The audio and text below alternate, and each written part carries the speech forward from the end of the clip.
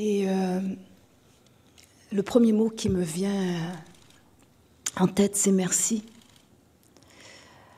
Merci d'être là.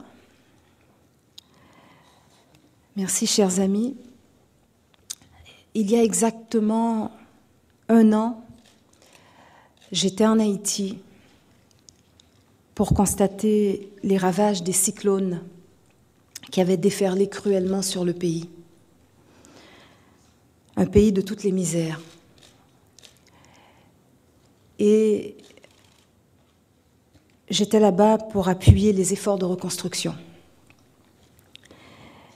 Hier encore, le sort s'est abattu et s'est acharné sur la population haïtienne, alors qu'elle commençait à peine à retrouver un souffle d'espoir. Je tiens d'abord à dire que mon mari Jean-Daniel et notre fille Marie-Éden et moi-même sommes de tout cœur avec les victimes, avec les familles endeuillées et sinistrées, de même qu'avec tous ceux et celles qui s'inquiètent comme nous de leurs proches et de leurs amis en Haïti. Les communautés d'origine haïtienne partout au Canada sont comme moi très éplorées, bouleversées devant l'ampleur de la catastrophe. Les images et les nouvelles qui nous parviennent sont insoutenables. Toute cette détresse, toute cette souffrance, toute cette perte.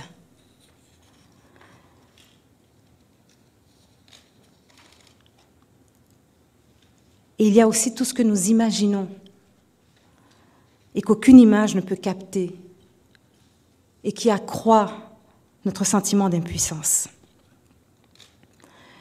Je tiens à saluer les élans de fraternité, de solidarité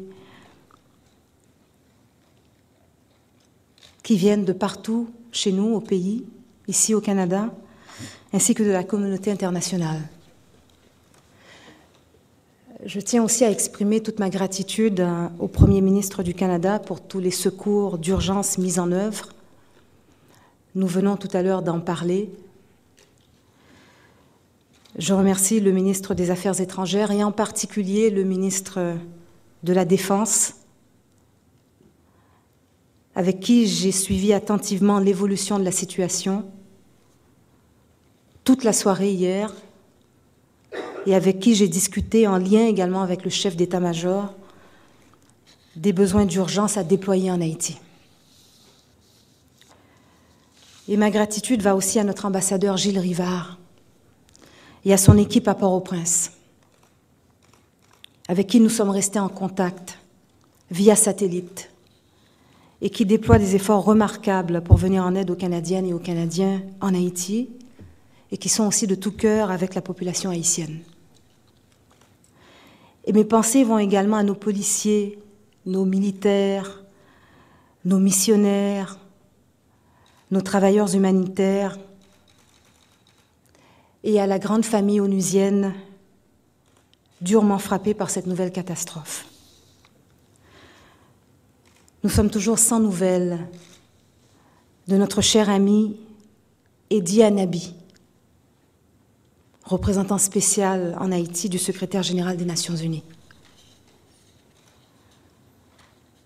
Tout ce que nous savons, c'est qu'il était avec ses collègues dans le quartier général des Nations Unies qui s'est effondré. Edi Anabi est un grand ami d'Haïti. Lorsque j'étais en Haïti l'an dernier, nous avons été sur le terrain ensemble. Il a déployé tous les efforts pour que nous allions voir l'impact des secours qui avaient été apportés à Haïti après les ouragans.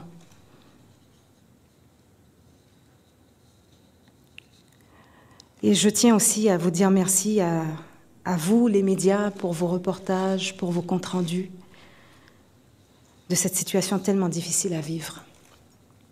Et plus que jamais, je dirais que l'heure est à la solidarité, avec bien sûr les plus vulnérables d'entre nous, dans les Amériques, nos frères et nos sœurs d'Haïti, dont le courage est à nouveau mis à rude épreuve.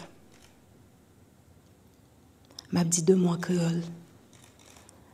Haïtiens, haïtiennes, prends courage, pas la guerre.